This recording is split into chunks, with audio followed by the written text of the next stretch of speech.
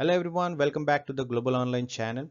So people who are studying for the upcoming UGC NET December attempt, especially from the management background, student must be knowing that HR planning, recruiting, selection and more about the HR planning. This is the very important topic, right? The questions are coming in the examination from this topic. So in this video, I will be explaining you very important MCQs on that topic, which will give you also a detailed explanation of it. It will be beneficial for you to maximize your score in the examination, right? So in the examination, maybe directly or indirectly these kind of questions can be asked, because through the MCQs we are covering the concept of HR planning and more about HR planning. Okay, so watch this video till the end. And also I would like to share with you all, we are also providing a paper 2 management complete course in which your whole syllabus will be completed through the video lectures. Also, we are providing full syllabus notes, mock test, PYQs with explanation, doubt clearing sessions, marathons, all the things will be provided to you to boost your preparation for upcoming examination. Right? So just contact on this number. You can give WhatsApp message or WhatsApp call on this number and you can join the course. Or simply just download our application, that is Global Online. Go to the Play Store, search Global Online, install application, open it. Once you open it, go to the store section. Here you can see, when you go to the store section, you will find the search box here. Search paper 2 management and you can join the course through the application. Which recruitment source is considered external? A. Employee referrals, B. Promotions, C. Campus recruitments, and D. Transfers. So that is campus recruitments. Okay. See, campus recruitment is usually everyone knows, right? In an institute or college, some big companies, multinational companies come to conduct this campus recruitment. They hire some new or fresh candidates for their company.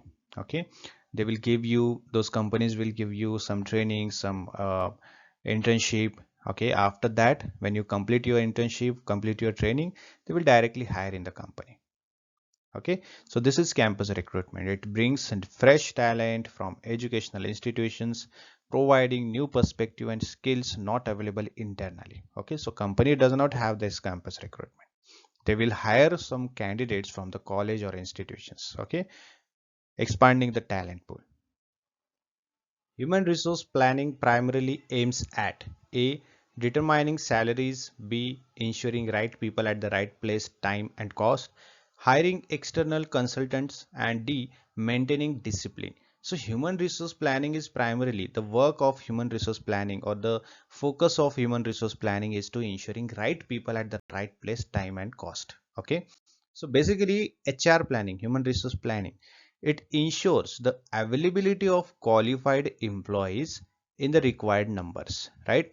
So whatever the number of people or number of employees required, the HR planning ensure that the quality of employees will be selected, right?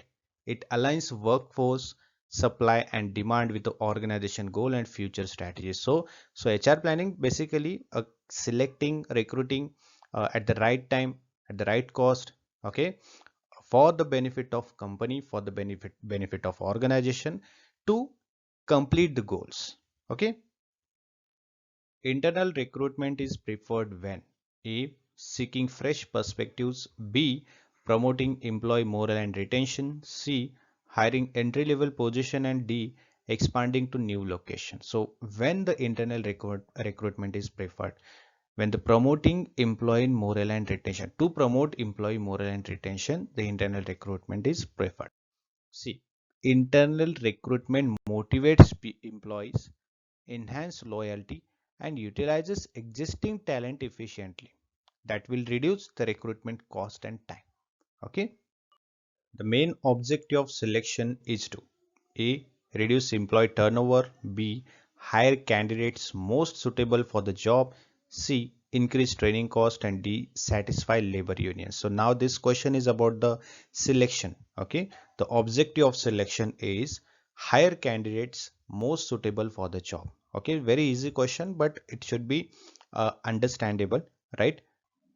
Then only you can able to answer properly, you can able to select the right option properly. Okay, try to understand the question first and then eliminate the wrong options. Okay, see, every job has their own specification, right? For every role there are different specifications. So selection is what it aims to identify candidates whose skills, knowledge and abilities match the job requirements. Okay, in HR term we call it JD, job description. So every role has a different kind of job description, so candidate must fulfill those job descriptions. Okay, the job role should be uh, specified with the particular terms, right? Ensuring optimal performance and organizational fit. So that candidate should be fit for that role. It will be beneficial for organization and for the employee as well. Next, induction programs are designed to, what is induction? Okay, teach advanced technical skills. B, familiarize new employees with organization policies and culture. C, conduct performance appraisal. And D, increase production output. So basically induction program is the beginning of the job. Getting it? When you start your job, the induction will be happen. So familiarize new employees with the organization policies and culture. This is the right definition of induction. Okay, once you get selected, the induction procedure will start. So HR or any other HR team member will give you a induction. Okay, that means telling about the company, the job, the policies, what is the environment, the culture of the company. Everything will be shared with the employee. So basically induction program helps new hires adapt quickly, understand job responsibility, organizational structure, culture, reduce anxiety and increasing engagement and productivity. Okay, so induction call will help the new hiring to understand the company culture, how this company works, the job role, everything about the company and the job. Okay, so the new hiring or the new employee will be working very easily or maybe without anxiety, without the hesitations. Okay, it will be familiarizing procedure.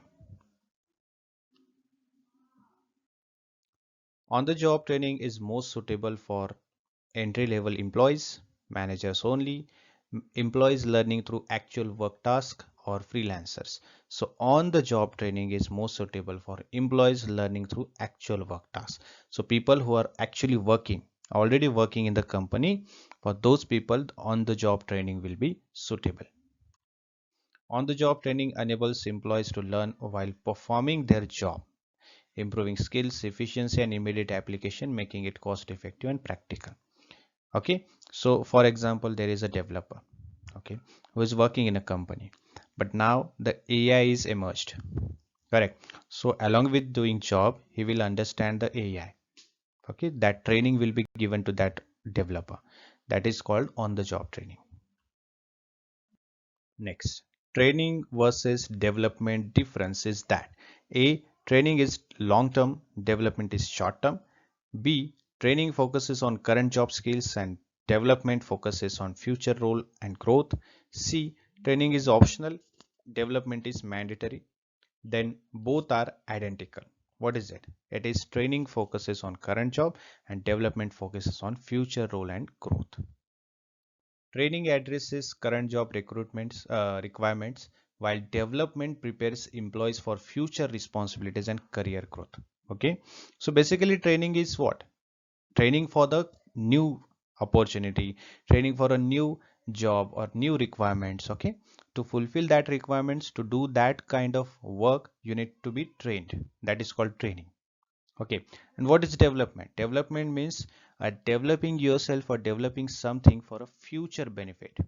Okay, future responsibilities, career growth. That is the long term one. Training is a short term period, we can say, which is fulfilled or which is done for the short term goal. Okay, and the development is for future goals. So this is the long term career growth. Okay, emphasizing skill enhancement and managerial readiness. Which selection tool is best for evaluating behavioral competencies? A, written test. B, interview. C, assessment center. And D, resume screening. Okay, what is it? It is assessment center. Assessment center use stimulations, group expertise, and role plays to evaluate interpersonal skills, decision making, leadership, going beyond the technical knowledge. Human resource planning requires forecasting of. Why human resource planning requires? A. Future skill requirements. B. Budget allocations only. C. Production targets. And D. Marketing trends. What is it? It is option A. Future skill requirement. Okay. So human resource planning required for forecasting future skills requirement. Okay. HR planning involves predicting the future demand and supply of workforce skills, ensuring that the organization has the right people to meet strategic objectives. That is called HR planning. Okay. Next one, the main advantage of structured interviews is A. Flexibility in questioning, B. Standardization and reduced bias, C. Faster selection process, and D. No preparation needed. So main objective of structured interview is standardization and reduced biasness. Okay. All right. Structured interviews ensures consistency, fairness, comparability, reducing interviewer bias, improving the reliability of candidate evaluation for selection decision. All right. So this is all about today's video, everyone. If you need any topic MCQs, just put a message in a comment box. I'll take those MCQs in the next session. Okay. Thank you so much. Have a great day. See you in the next session.